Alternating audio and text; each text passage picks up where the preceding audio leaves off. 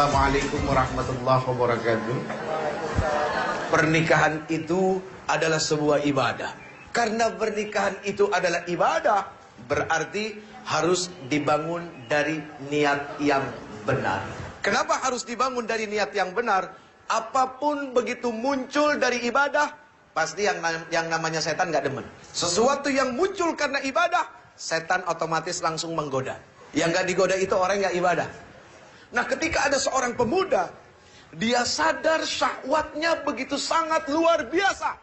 Dari mana syahwat ini muncul? Dari hawa nafsu, karena melihat hawa jadi nafsu. Itulah kondisi laki-laki. Dengan sifat dan karakter yang memang Allah Subhanahu wa ta'ala ciptakan dengan kondisi seperti itu. Nah, atas dasar inilah, ketika seorang laki-laki memiliki syahwat, perempuan pun sama.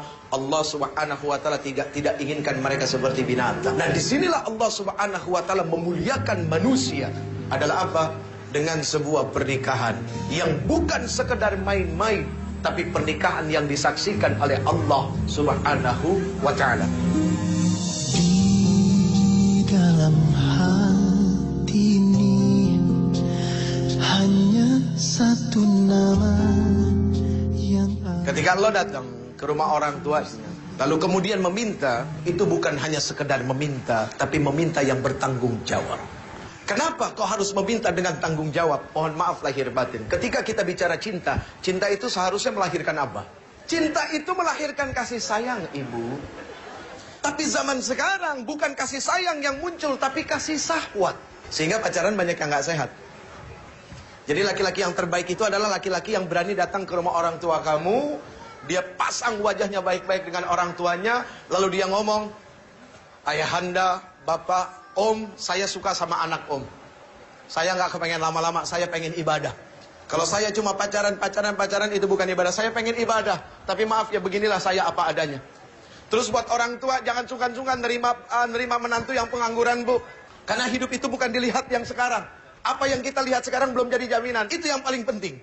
Bahwasanya manusia tidak bisa dilihat pada hari itu. Allah yang punya hak untuk merubah manusia. Jadi kalau kita melihat manusia pada saat dia datang, dia meminta anak kita, dia pengangguran, ditolak, picik pandangan orang tua. Mohon maaf lahir batin. Karena hanya melihat hari itu. Berarti seperti tidak punya Allah, bahwa hidup yang akan datang itu milik Allah. Kita punya kewajiban mensupport anak kita, memberikan semangat buat mereka, bahwa hidup kamu tidak dilihat dari yang sekarang. Sekarang kamu boleh bahagia dengan orang tua kamu karena orang tua kamu kaya. Tapi besok kalau orang tua kamu dicabut nyawanya, itu harta bukan harta kamu. Kalaupun engkau punya, itu bukan milik kamu. Kamu tidak menikmati mencarinya. Kamu hanya menikmati nikmat warisannya, tidak lebih daripada itu.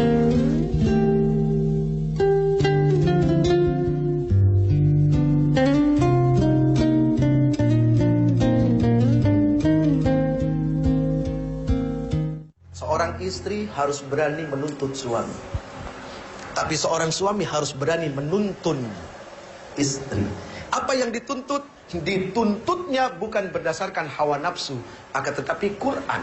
Hak seorang istri menurut Al-Quran, menurut kacamata agama, menurut kata Rasul, apa? Itu yang dituntut. Suami menuntun, apa yang dituntun? Kebaikan demi kebaikan. Yang pertama, cintailah dia yang bisa mendatangkan kecintaan kepada Allah Subhanahu wa ta'ala. Selesai. Kalau kamu bisa mencintai orang yang membuat kamu bisa semakin cinta kepada Allah, itulah yang akan baik buat kamu.